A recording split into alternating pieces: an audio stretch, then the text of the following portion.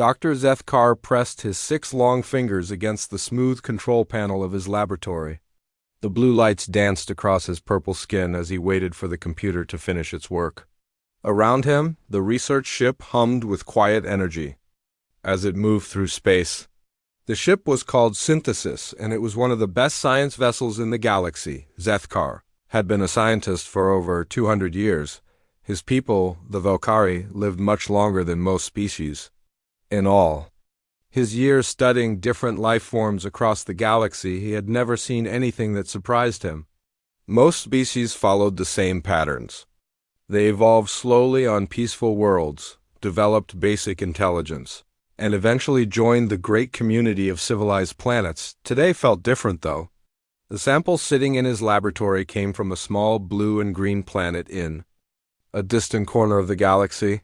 The planet orbited a yellow star that the locals called Sol. The third planet from this star was home to a species that called themselves humans. The first survey team had collected tissue samples from this species.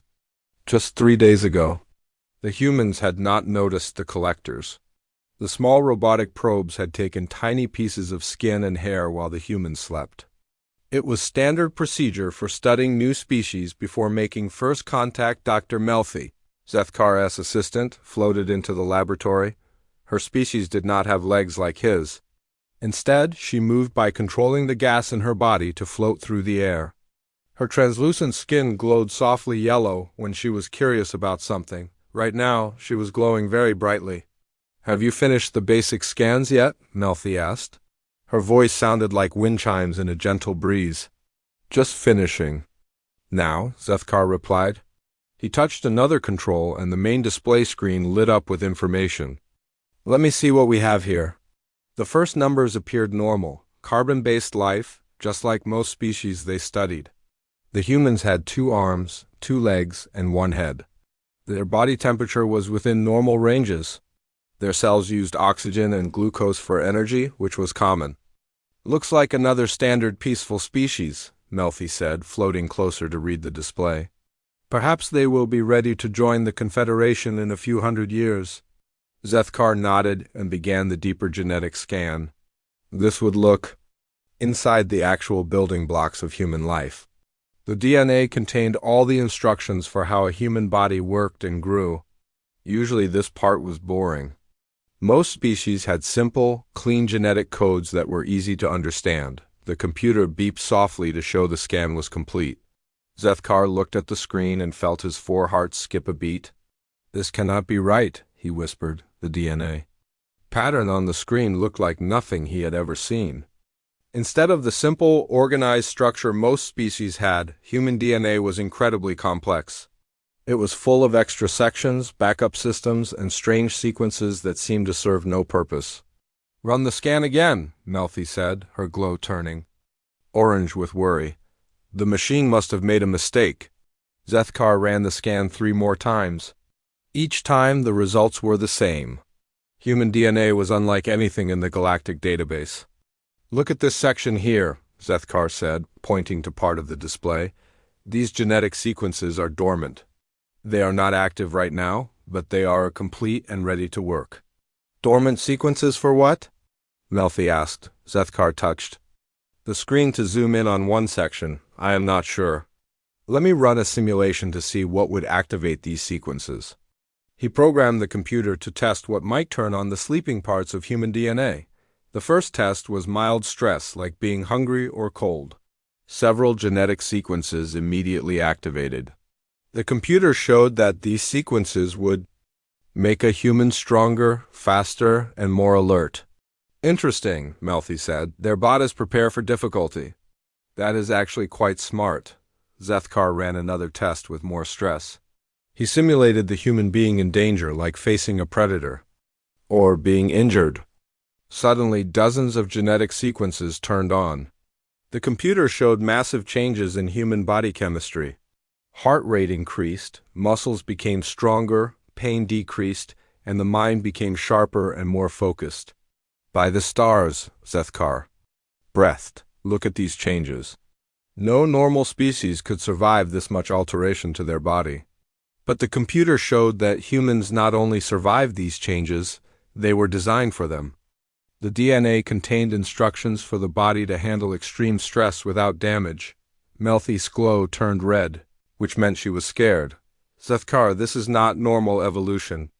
What kind of world creates a species like this? Zethkar was wondering. The same thing. He pulled up the environmental data about Earth, the human homeworld. What he saw made his blood turn cold. Earth was a death world. The temperature changed drastically between seasons. Massive storms regularly destroyed large areas. The planet had ice ages that lasted thousands of years. Volcanic eruptions could darken the sky for months. And the life forms on Earth were incredibly violent. Look at these predators, Zethkar said, showing Melfi images of Earth animals. Giant cats with teeth like knives. Bears that weigh more than our shuttlecraft. Wolves that hunt in organized packs. And the humans evolved alongside all of these. But how did they survive? Melfi asked. Zethkar ran more tests on the human DNA. The answer became clear.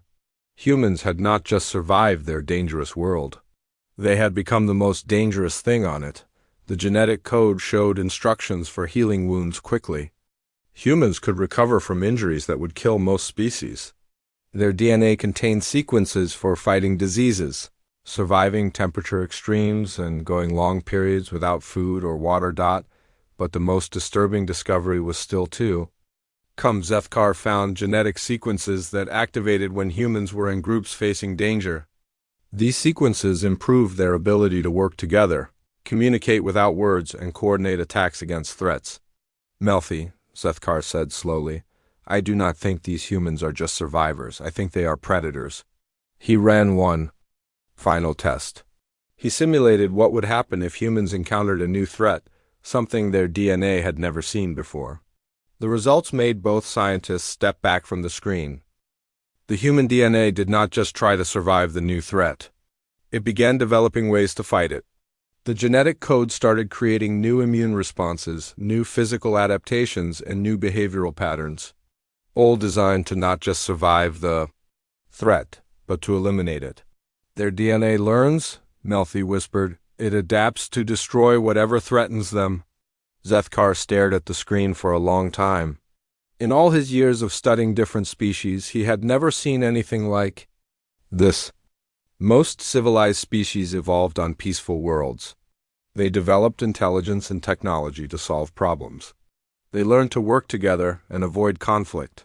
Humans were different. They had evolved to be living weapons. Their bodies were designed for war. Their minds were programmed for survival at any cost. And their DNA was constantly preparing them for the next battle. What do we do with this information? Melfi asked. Before Zethkar could answer, his communication device chimed. A message appeared on the screen from the ship's captain. Dr. Zethkar, please report to the bridge immediately.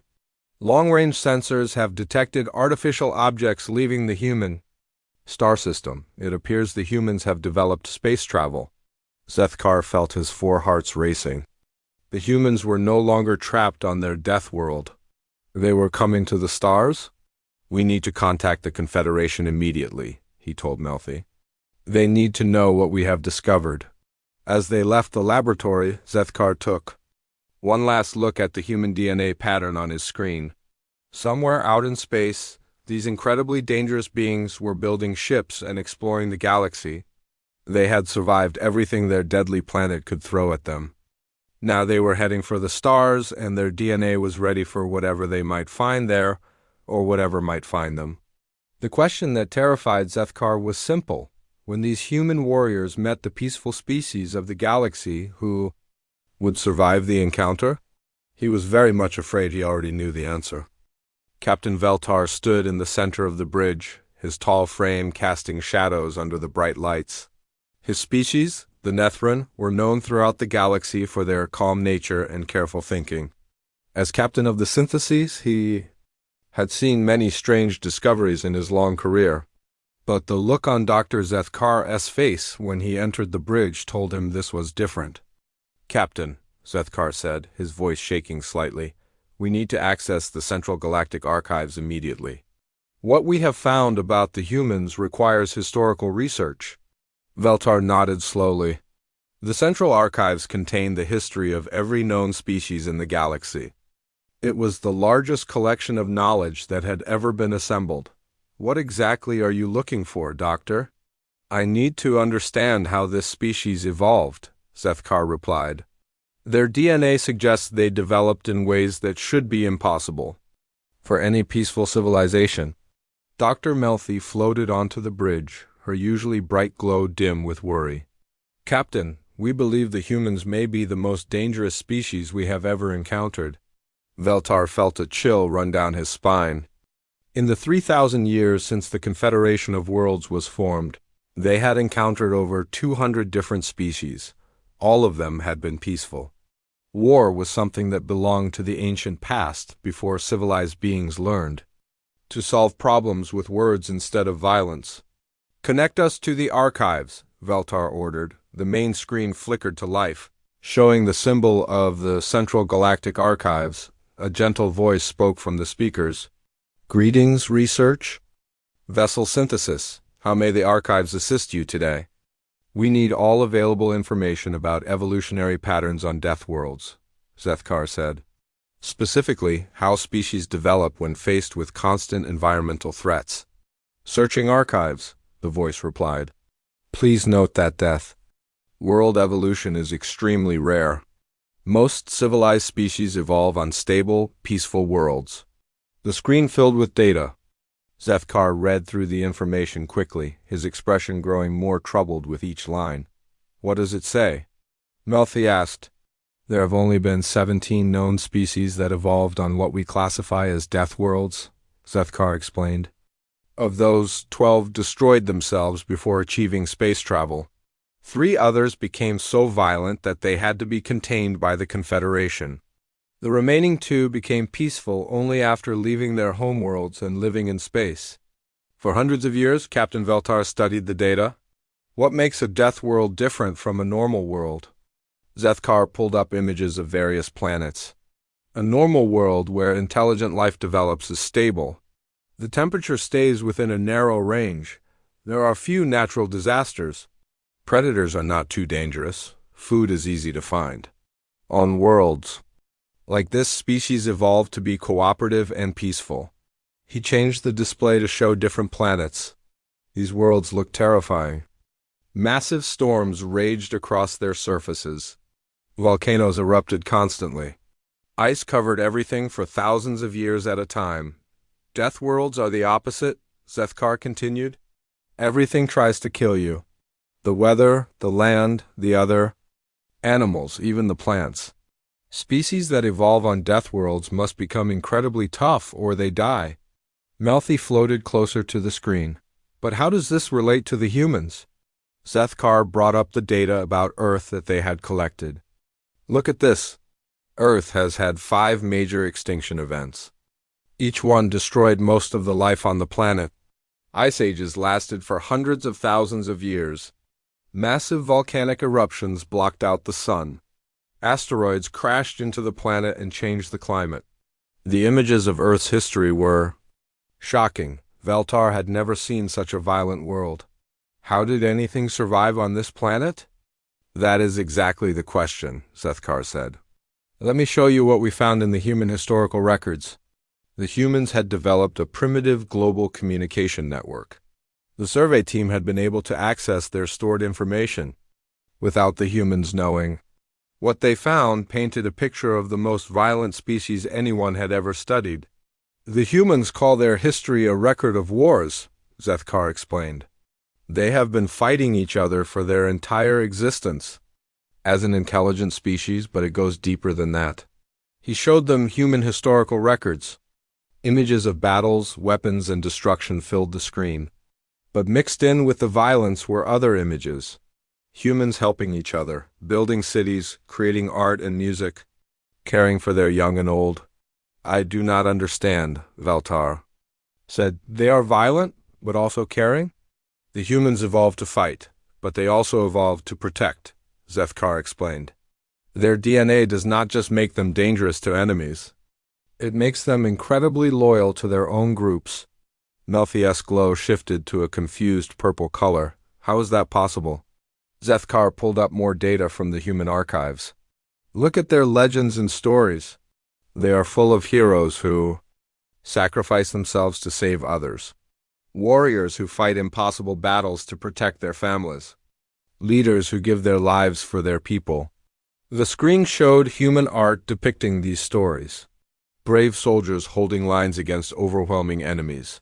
Parents defending their children. Groups of humans working together against terrible threats.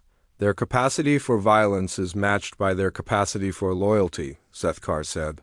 The same genetic programming that makes them deadly also makes them willing to die for each other. Captain Veltar was beginning to understand the implications. So they are not just random killers. They are protectors who use violence as a tool. Exactly, Zethkar replied. But there is more. Look at how they developed technology. The human historical record showed something unprecedented. While most species developed technology slowly and peacefully over thousands of years, humans had done it incredibly quickly. And almost every advancement was driven by conflict. They invented flight by studying birds, but perfected it by building war machines, Zethkar explained. They split the atom to understand the universe, but first used it as a weapon. They reached space by building rockets, but started by building missiles. They turned everything into a weapon, Melfi whispered. Not just weapons, Zethkar corrected. Tools. The same technology they used for war, they also used to heal, to build, to explore. Their medical advances came from treating war wounds. Their engineering skills came from building defenses. Their space program came from military research. Veltar was starting to see the pattern. They do not separate peaceful technology from military technology. To them, it is all the same. Because on their world, everything was a threat, Zethkar said. The weather could kill you, so they learned to predict and control it. Diseases could kill you, so they learned to fight them. Other humans could kill you, so they learned to fight them too. But the same skills that helped them fight also helped them survive and build. The bridge fell silent as everyone absorbed this information. Veltar had commanded ships for over a century, but he had never encountered anything like this. What else did you find in their records? He asked. Zethkar pulled up more human data. Their languages have hundreds of words for different types of conflict. War, battle, fight, struggle, contest, competition. But they also have just as many words for cooperation. Team, alliance, family, community, nation, species. They see conflict and cooperation as equally important, Melfi observed. More than that, Zethkar said. They see them as connected. Humans fight together against common threats. The stronger the threat, the more united they become. He showed them records of human responses to natural disasters. When earthquakes, storms, or other catastrophes struck, humans immediately worked together to help survivors. Strangers risked their lives to save people they had never met. During their most terrible wars, they still followed rules about treating prisoners and protecting civilians, Zethkar continued. Even when fighting, they try to limit unnecessary suffering. Captain Veltar was beginning to see why Dr. Zethkar was so concerned. So they are not evil. But they are incredibly dangerous. The most dangerous species we have ever encountered, Zethkar confirmed. But also potentially the most useful. What do you mean? Veltar asked. Zethkar brought up data about the current galactic situation. Captain, what is the Confederation's greatest weakness? Veltar thought about it. We have no experience with real threats. Our security forces are mainly for disaster relief and accident response. We have not fought a war in over 2,000 years. Exactly, Zethkar said. We have become peaceful because we never face serious danger. But what happens if we encounter a species that is not peaceful? What if we meet something that wants to destroy us instead of talk to us? The question hung in the air like a dark cloud. Everyone on the bridge knew the answer. The Confederation had grown soft. Their weapons were ancient and poorly maintained. Their military training was basic at best. If they faced a truly hostile species, they would be helpless. The humans. Could be our salvation or our destruction, Zethkar continued. Their DNA makes them perfect warriors, but their history shows they can choose what to fight for. Melfi's glow turned bright white, which meant she had an important realization. If we could convince them to protect the Confederation instead of threatening it, they could be our guardians. But if we cannot, Veltar said grimly, they could destroy us all. Zethkar nodded. That is why we must understand them completely before making contact. One mistake could mean the end of galactic civilization. Captain Veltar made his decision. Set course for the nearest Confederation base. We need to report this to the High Council immediately. As the ship changed direction, Veltar stared at the images of human history still displayed on the screen. Somewhere out in space, these warrior protectors were building ships and preparing to explore the galaxy. The question was simple but terrifying. When they arrived, would they come as friends or conquerors? And did the peaceful species of the galaxy have any choice in the matter? Dr. Zethkar stood alone in his laboratory late at night. The ship was quiet except for the steady hum of the engines. Most of the crew was sleeping, but Zethkar could not rest. The human DNA samples sat in their containers, glowing softly under. The blue lab lights dot. He knew he should wait for permission from the Confederation Council before doing more tests. The rules were clear about experimenting on samples from unknown species. But the questions in his mind would not leave him alone. What would happen if humans faced radiation poisoning? How would their bodies react to alien diseases? Could they really adapt to any threat? Zethkar made a decision that would change everything. He began to run secret experiments. The first test was simple. He exposed a small sample of human tissue to low levels of radiation. Most species would suffer cell damage immediately. Zethkar watched the screen as the radiation hit the human cells. For a moment, nothing happened. Then, suddenly, the DNA began to change. New genetic sequences activated. The cells started producing proteins that repaired radiation damage faster than it could occur. Impossible, Zethkar whispered. He increased the radiation level. The human cells adapted again, becoming even more resistant. He increased it further.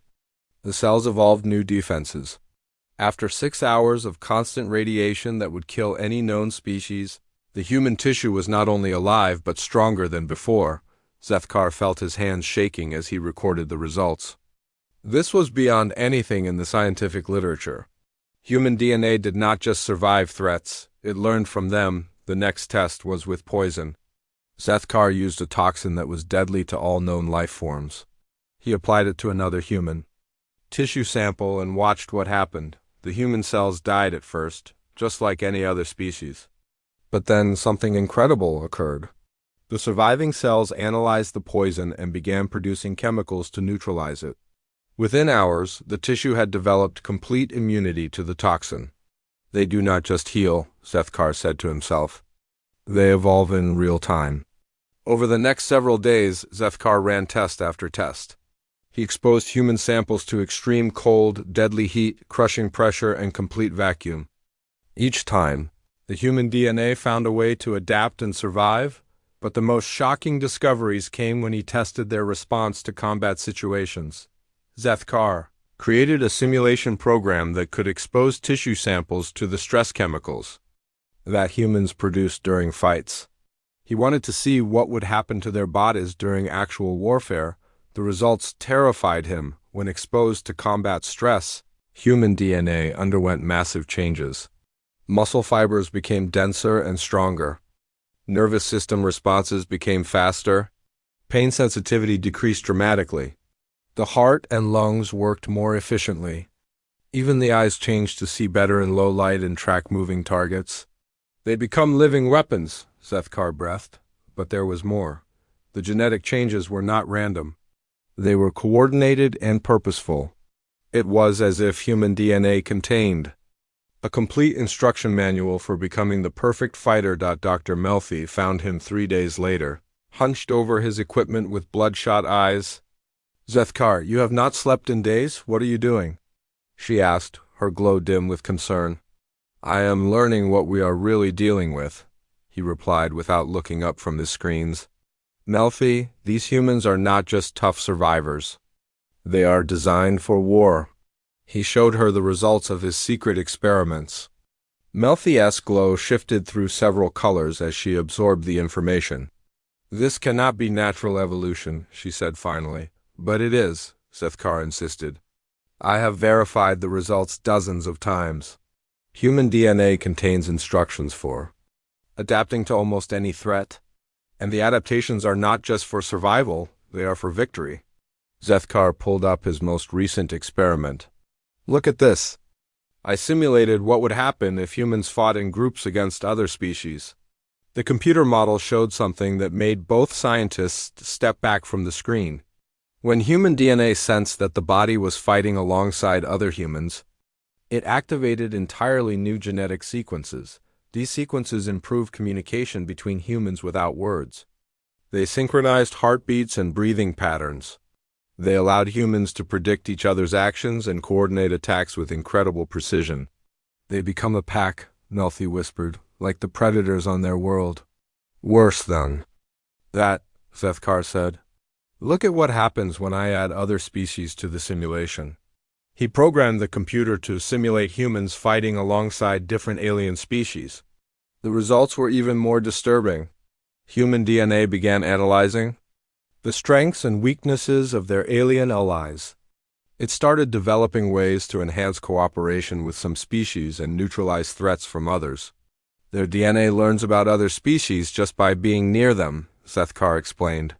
It studies how alien biology works and develops strategies for working with them or against them. Melfi's glow turned deep red. What happens if the DNA decides another species is a threat? Sethkar ran that simulation. The answer made his four hearts nearly stop beating. When human DNA identified another species as hostile, it began developing specific countermeasures. If the alien species had thick skin, human DNA planned for weapons that could penetrate it. If they were fast, it planned for ways to slow them down. If they were intelligent, it planned for psychological warfare. They are like a biological computer virus, Melfi said. They study their targets and develop ways to destroy them. But only if they see them as enemies, Sethkar pointed out. When I simulate humans working with peaceful species, their DNA develops ways to protect and help them. This was the most important discovery of all. Human DNA had two modes, protector and destroyer. The same genetic programming that made them incredibly dangerous to enemies also made them incredibly valuable to allies. Sethkar decided to run one final experiment. He wanted to see what would happen if humans encountered a completely unknown threat, something their DNA had never seen before and could not understand. He created a simulation of a hostile, alien species unlike anything that had ever existed. On Earth, these simulated aliens had completely different biology, used unknown weapons, and fought in ways no Earth creature had ever seen.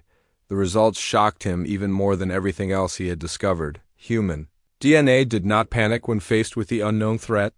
Instead, it went into what could only be called learning mode. It began rapid-fire genetic changes, testing different adaptations to see what worked. It tried different fighting strategies, different defensive measures, different ways of thinking about the problem within the simulation. Human DNA had developed effective countermeasures against the unknown aliens in less than 24 hours. They do not just adapt to known threats, Sethkar said in amazement. They can figure out how to fight anything, even if they have never seen it before. Melfi floated silently for several minutes, processing what they had learned. Sethkar, she said finally, what have we discovered? He looked at all the data they had collected. The evidence was overwhelming and terrifying. We have discovered that humans are the ultimate predator species, he replied. They can adapt to any environment, survive any threat, and defeat any enemy. Their DNA is essentially a weapon of mass destruction disguised as a person. But they can also be protectors, Melfi added. Their genetic programming works both ways. Yes, Sethkar agreed. That is what makes them so dangerous. They are not mindless killers. They are intelligent, adaptable warriors who can choose their battles. As if summoned by their conversation, Captain Veltar's voice came over the Communication system? Dr. Zethkar, please report to the bridge immediately. We have received new intelligence about human activity in their home system. Zethkar and Melfi exchanged worried glances. They quickly gathered their research data and headed for the bridge. When they arrived, Captain Veltar was studying a display showing the human solar system. Red dots marked the locations of human spacecraft. Our long-range sensors have detected increased human space activity, Veltar explained. They appear to be building larger ships and venturing further from their homeworld. Zethkar felt a chill run down his spine. Captain, based on our research, I believe the humans are preparing for expansion into the galaxy. Expansion or invasion? Veltar asked grimly. With humans, there may not be a difference, Zethkar replied. Their genetic programming does not distinguish between exploration and conquest. To them, moving into new territory means being ready to fight for it. Melfi added, but it also means being ready to defend it. If they claim territory, they will protect it with their lives. Captain Veltar studied the data from Zethkar's experiments. His expression grew more troubled with each screen. How long before they reach Confederation space? He asked. At their current rate of technological development, perhaps 50 to 100 years, Zethkar estimated. And in that time, their DNA will continue to evolve and adapt, Melfi added. By the time they reach us, they may be even more dangerous than they are now. The bridge fell silent. Everyone understood the implications. Somewhere out in space, the most dangerous species in galactic history was building ships and preparing to meet their neighbors. The question was no longer whether humans would encounter other species.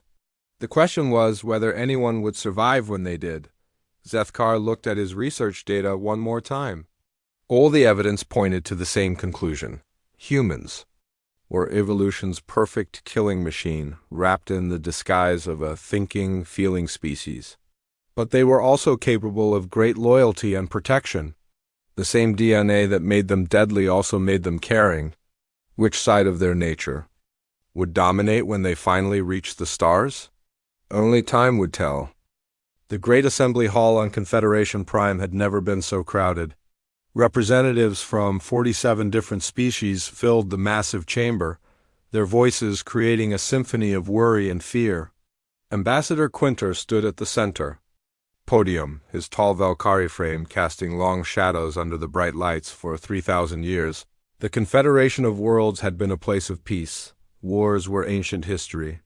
Conflicts were solved with words, not weapons.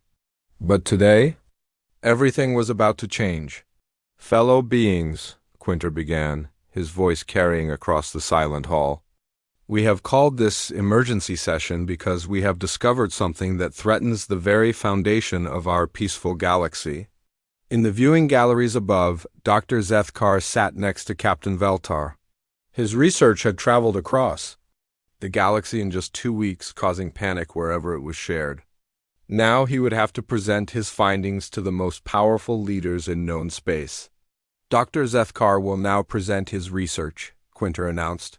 Zethkar walked slowly to the podium.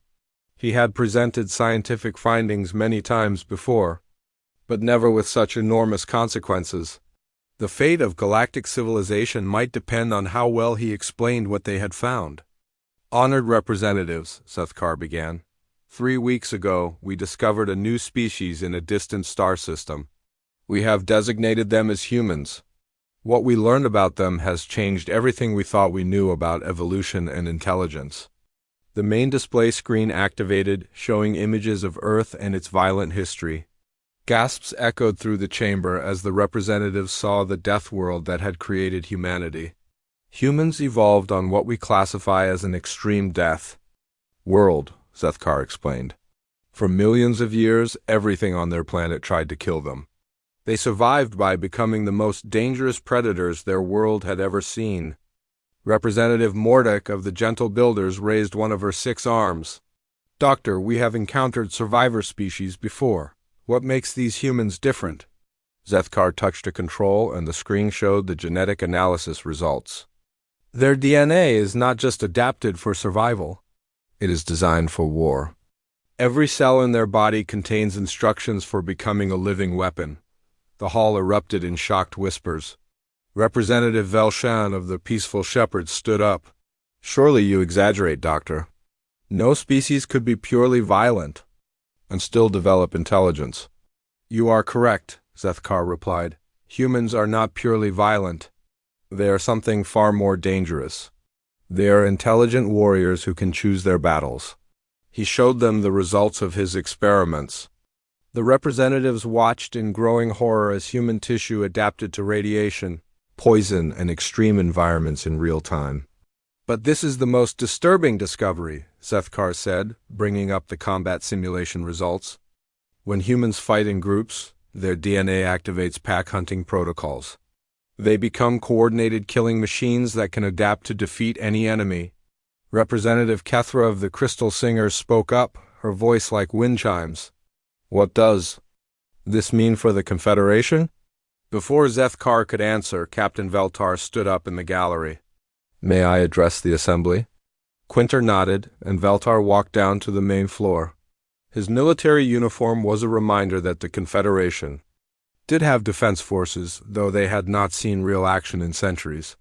Representatives, I have commanded ships for over a century, Veltar said. I have studied the military histories of all our member species. I can tell you with certainty that none of us could stand against these humans in a real conflict. The chamber fell completely silent.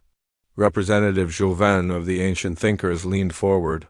Captain, are you saying they could conquer the entire Confederation? I am saying they could destroy us without even trying, Veltar replied grimly. Our weapons are designed for ceremony and disaster relief. Our ships are built for exploration and comfort. Our soldiers train for parades and rescue operations. If humans decided we were their enemies, the war would be over before we knew it had started. Dr. Melfi floated down from the gallery to join them. Her usually bright glow was dim with worry. There is something else the assembly should know, she said. Humans are not just dangerous to their enemies. According to their own historical records, they are incredibly loyal to their allies.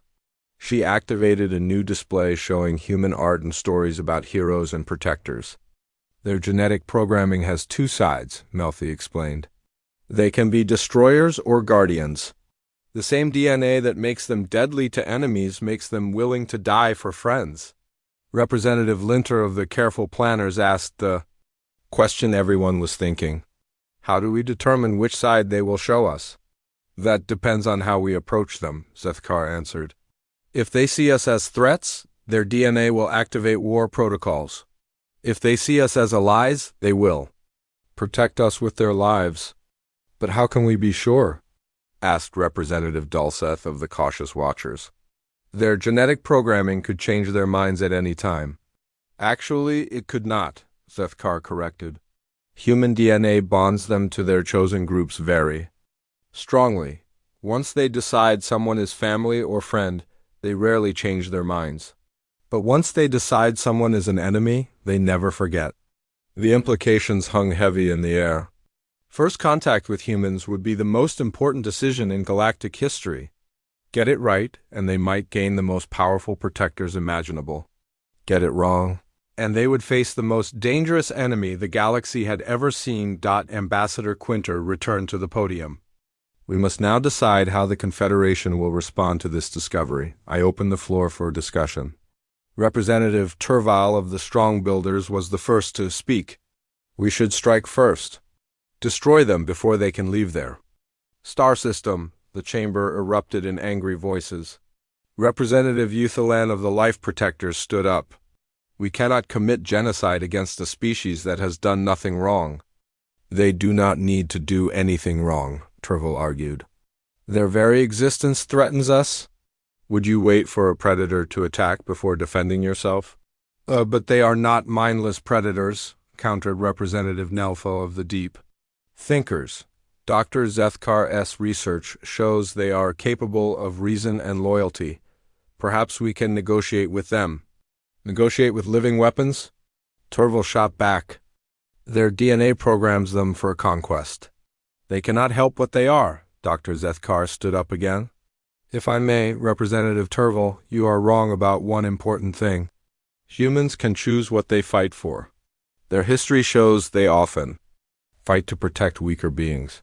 He showed new images from human records. Pictures of humans risking their lives to save other species on their planet. Stories of human heroes who fought to protect those who could not protect themselves. They do not just conquer, Zethkar explained. They also rescue, defend, and nurture. The same genetic drive that makes them deadly also makes them caring. Representative Solara of the Harmony Seekers raised her crystalline hand. Could they become our protectors instead of our destroyers? Possibly, Zethkar replied. But only if we approach them correctly. Captain Valtar stepped forward again. There is another factor we must consider. Our long-range sensors show that humans are already building larger spacecraft. They will reach Confederation space whether we contact them or not. The question is whether they arrive as explorers or invaders. What do you recommend, Captain? Quinter asked. Valtar was quiet for a long moment. I recommend we prepare for both possibilities. We should ready our defenses while also preparing for peaceful contact, and we should decide quickly. How quickly? Asked Representative Colfin of the Timekeepers. Human technology is advancing faster than any species we have on record, Valtar replied. At their current pace, they could reach our borders in 50 years instead of the 100 we originally estimated. The chamber buzzed with worried conversations. 50 years seemed like a long time, but for species that live for centuries, it was barely a moment. Representative Quinter called for order. We will now vote on how to proceed. The options are immediate military action against the humans, preparation for defensive war, attempts at peaceful contact, or some combination of approaches. The vote took 3 hours. When it was finished, the results reflected the fear and uncertainty in the chamber. 23 representatives voted for preparing defenses while attempting peaceful contact. 15 voted for defensive preparations only. 7 voted for immediate military action. 2 voted for peaceful contact without military preparation. The motion carries, Quinter announced. The Confederation will prepare for possible conflict while also preparing for peaceful first contact. Captain Veltar will oversee military preparations. Dr. Zethkar will lead the first contact research team. As the assembly began to disperse, representatives clustered in small groups, their voices filled with worry. Some species were already making plans to move their populations away from the border regions. Others were discussing old defense treaties that had not been used in thousands of years. Dr. Melfi floated over to Zethkar. Do you think we made the right choice? Zethkar looked at the datapad containing all his research on human genetics. I do not know if there was a right choice. We can only hope that when we meet these humans, they see us as friends and not threats. And if they do not? Melfi asked. Zethkar was quiet for a long time. Finally, he answered, Then we hope our preparations are enough to survive the encounter. As they left the great assembly hall, Zethkar could not shake the feeling that they had just witnessed the end of an era. For 3,000 years, the galaxy had been at peace. Now, because of one species from a distant death world, everything was about to change. Somewhere out in space, humans were building ships and dreaming of the stars. Soon, they would meet their galactic neighbors. The only question was whether that meeting would begin a new age of cooperation or the greatest war the galaxy had ever seen. Time was running out to find the answer. Commander Veltar stood on the bridge of the Confederation flagship Harmony, watching the edge of human space grow larger on the main screen. 6 months had passed since the Great Assembly, and everything had changed. Behind him, a fleet of 27 ships waited in formation. It was the largest military force the Confederation had assembled in over 2,000 years. Dr. Zethkar stood beside him, no longer just a scientist, but now the head of the first contact research team. His 4 hearts were beating faster than normal as they approached the moment that would determine the future of the galaxy. Long-range sensors are detecting human vessels, reported Lieutenant Kolshan from the sensor station. 3 ships heading directly toward us. Size and armament? Veltar asked. The largest ship is approximately half our size. We are detecting what appeared to be primitive weapons, but also some technology we do not recognize. Dr. Melfi floated over to the sensor station, her glow bright with nervous energy. Are they showing any signs of aggression? Unknown, Kolshin replied. Their ships are moving in formation, but they have not raised shields or charged weapons.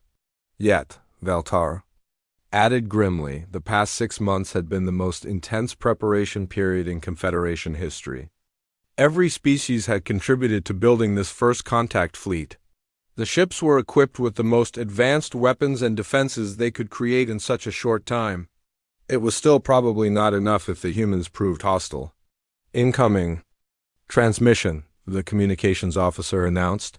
Put it on screen, Veltar ordered. The main display flickered, and suddenly they were looking at the interior of a human spacecraft. A female human in a blue uniform sat in what appeared to be a command chair.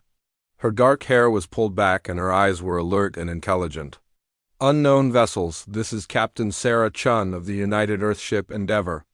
You have entered the Sol System.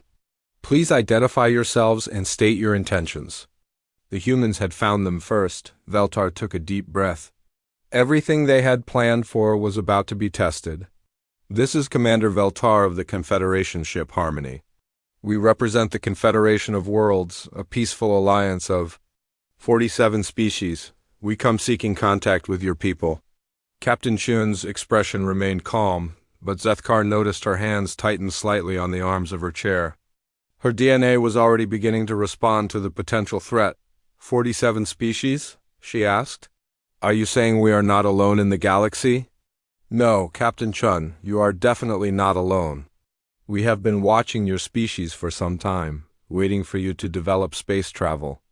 Watching us? There was a slight edge to her voice now. For how long? Zethkar stepped forward. Captain, may I introduce myself? I am Dr. Zethkar, a xenobiologist. We first became aware of your species several months ago when we detected your early space missions. It was not exactly the truth, but it was close enough. They had decided not to mention the secret tissue sampling on the first contact. Captain Chun studied them both carefully. Dr. Zethkar, Commander Veltar, I appreciate the introduction, but I have to ask, why does a peaceful contact mission require such a large fleet? The question hung in the air like a challenge. Veltar had hoped the humans would not notice the military escort, but their sensors were apparently better than expected. Captain, Veltar replied carefully, first contact with a new species is always unpredictable. We brought additional ships for safety, not aggression. Safety for whom? Captain Chun asked. Her tone remained polite, but there was steel underneath. Dr. Zethkar decided to take a risk. Captain, may we speak frankly? I prefer it that way, Doctor. We brought a large fleet because we are afraid of you.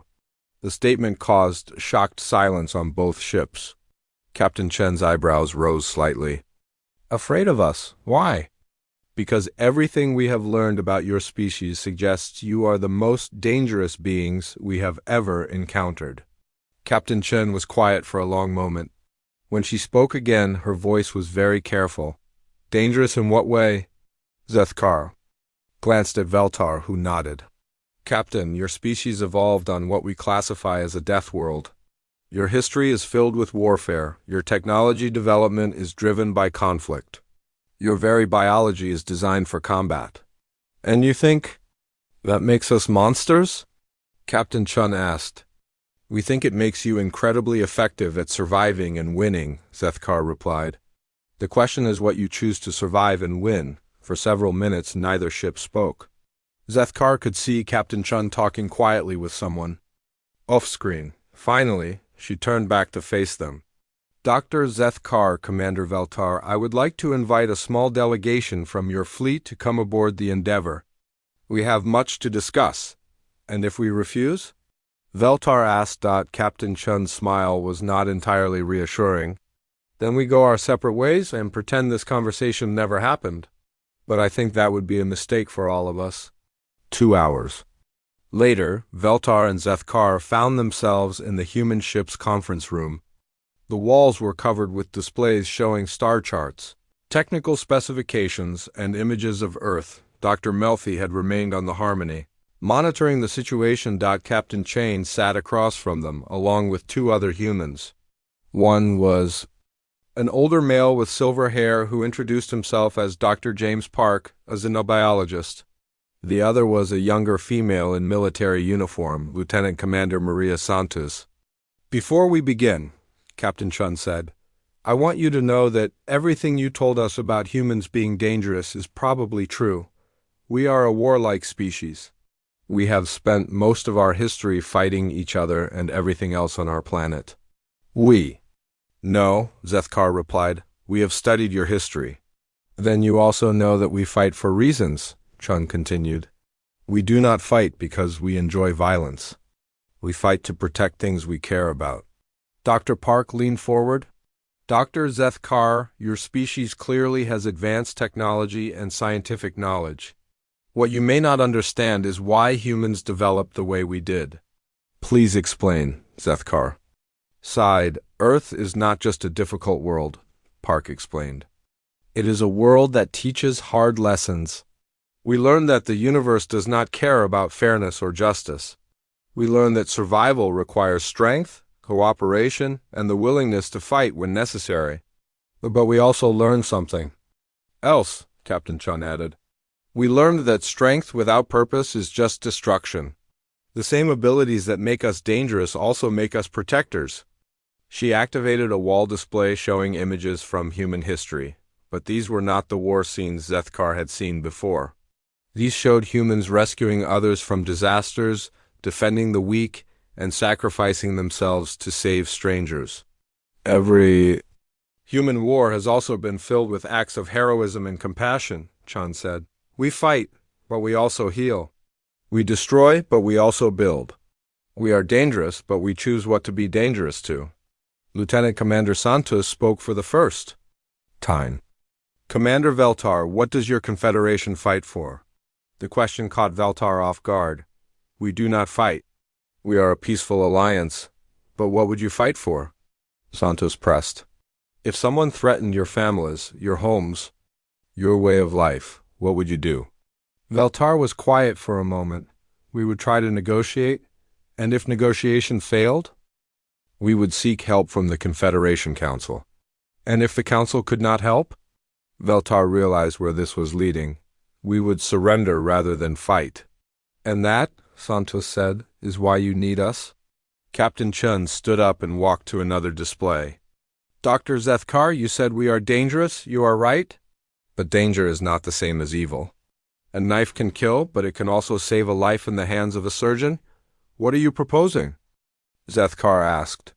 "We are proposing an alliance," Chun replied. "Your confederation has technology, knowledge, and peaceful wisdom. We have the ability to protect those things from any threat that might arise." Dr. Park activated another display showing star charts. "We have been monitoring space around our system for several years.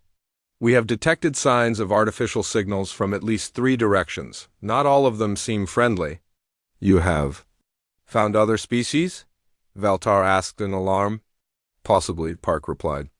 "Some of the signals suggest advanced technology, but also aggressive expansion patterns.